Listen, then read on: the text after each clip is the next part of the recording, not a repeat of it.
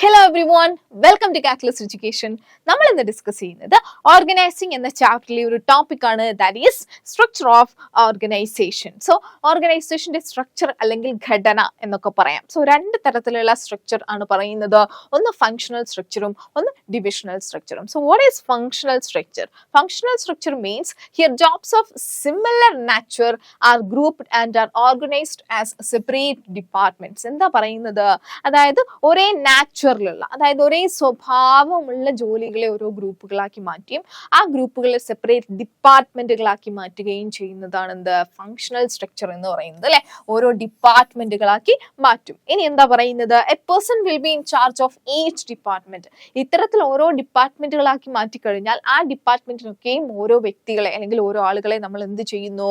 Yes, in charge ആയിട്ട് അല്ലെങ്കിൽ department head ആയിട്ട് നമ്മൾ വെക്കുകയും അല്ലെങ്കിൽ അപ്പോയിന്റ് ചെയ്യുകയും ചെയ്യുന്ന സ്ട്രക്ചർ ആണ് ഫങ്ഷണൽ സ്ട്രക്ചർ എന്ന് പറയുന്നത്. ഓക്കെ, സോ ഫോർ എക്സാമ്പിൾ ഒരു മാനുഫാക്ചറിങ് യൂണിറ്റ് ആണ് എങ്കിൽ അവരെ സംബന്ധിച്ചിടത്തോളം മാർക്കറ്റിംഗ് ഡിപ്പാർട്ട്മെന്റ് ഉണ്ടാവും, സെയിൽസ് ഡിപ്പാർട്ട്മെന്റ് ഉണ്ടാവും, സർവീസ് ഡിപ്പാർട്ട്മെന്റ് ഉണ്ടാവും, പ്രൊഡക്ഷൻ ഡിപ്പാർട്ട്മെന്റ് ഉണ്ടാവും, പർച്ചേസ് ഡിപ്പാർട്ട്മെന്റ് ഉണ്ടാവും. ഇത്തരത്തിൽ ഓരോ ഡിപ്പാർട്ട്മെന്റുകളാക്കി മാറ്റും. ഈ ഡിപ്പാർട്ട്മെന്റിനൊക്കെയും എന്തുണ്ടാവും? ഒരു ഡിപ്പാർട്ട്മെന്റൽ ഹെഡ് ഉണ്ടാവും, marketing manager, sales manager, service manager, purchase manager, finance manager, ഇങ്ങനെ തുടങ്ങി ഓരോ ഡിപ്പാർട്ട്മെന്റിനും എന്തുണ്ടാവും? ഓരോ ഡിപ്പാർട്ട്മെന്റൽ ഹെഡും ഉണ്ടാവും. ഇതിനെയാണ് നമ്മൾ എന്ത് വിളിക്കുന്നത്? യെസ്, ഫങ്ഷണൽ സ്ട്രക്ചർ എന്ന് വിളിക്കുന്നത്. ക്ലിയർ അല്ലേ? സോ ഒരേ സ്വഭാവമുള്ള അല്ലെങ്കിൽ ഒരേ നാച്ചുറലുള്ള പ്രവർത്തനങ്ങളെ, ജോലികളെ നമ്മൾ എന്ത് ചെയ്യുന്നു? ഓരോ ഗ്രൂപ്പാക്കി മാറ്റുന്നു. ഈ ഗ്രൂപ്പിനെ ഓരോ ഡിപ്പാർട്ട്മെന്റുകളാക്കി മാറ്റി ഓരോ ഡിപ്പാർട്ട്മെന്റിനും ഓരോ ഡിപ്പാർട്ട്മെന്റൽ ഹെഡിനെയും നിയമിക്കുന്ന സ്ട്രക്ചറാണ് ഫങ്ഷണൽ സ്ട്രക്ചർ എന്ന് പറയുന്നത്. ക്ലിയർ? ഇനി രണ്ടാമത്തതാണ് divisional structure. So what is divisional structure? Here there are separate divisions for different products. Each divisions having functions like production, marketing, etc. എന്താ പറയുന്നത്? അതായത് സാധാരണയായിട്ട് ഒന്നിലധികം പ്രൊഡക്റ്റുകൾ പ്രൊഡ്യൂസ് ചെയ്യുന്ന അല്ലെങ്കിൽ ഒന്നിലധികം പ്രദേശങ്ങളിൽ പ്രവർത്തിക്കുന്ന സ്ഥാപനങ്ങളാണ് എന്ത് ഫോളോ ചെയ്യുന്നത്? ഡിവിഷണൽ സ്ട്രക്ചർ ഫോളോ ചെയ്യുന്നത്. ഇവിടെ എന്താ ചെയ്യുന്നത്?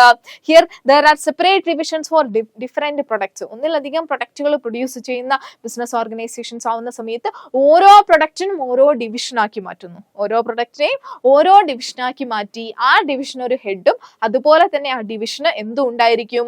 Divisions having functions like production, marketing, etcetera. അതായത് ഓരോ ഡിവിഷനും പ്രൊഡക്ഷൻ, മാർക്കറ്റിംഗ്, അതുപോലെ സെയിൽസ്, പർച്ചേസ് എന്ന് പറഞ്ഞുകൊണ്ട് വിവിധ ഡിപ്പാർട്ട്മെന്റുകളും വരുന്ന സ്ട്രക്ചറാണ് ഡിവിഷണൽ സ്ട്രക്ചർ എന്ന് പറയുന്നത്. സോ ഇൻ ഷോർട്ട് നമുക്ക് എന്ത് പറയാം? അതായത് ഒന്നിലധികം പ്രൊഡക്റ്റുകൾ പ്രൊഡ്യൂസ് ചെയ്യുന്ന ബിസിനസ് ഓർഗനൈസേഷൻസ് അവരെന്താ ചെയ്യുന്നത്? ഓരോ പ്രൊഡക്റ്റിനെയും ഓരോ ഡിവിഷനാക്കി മാറ്റുന്നു.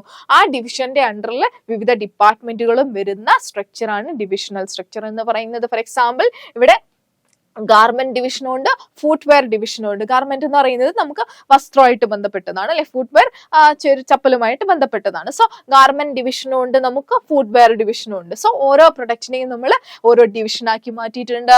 എന്നിട്ട് ആ ഡിവിഷനൊക്കെ എന്ത് വരും? Production manager, finance manager, marketing manager, HR manager.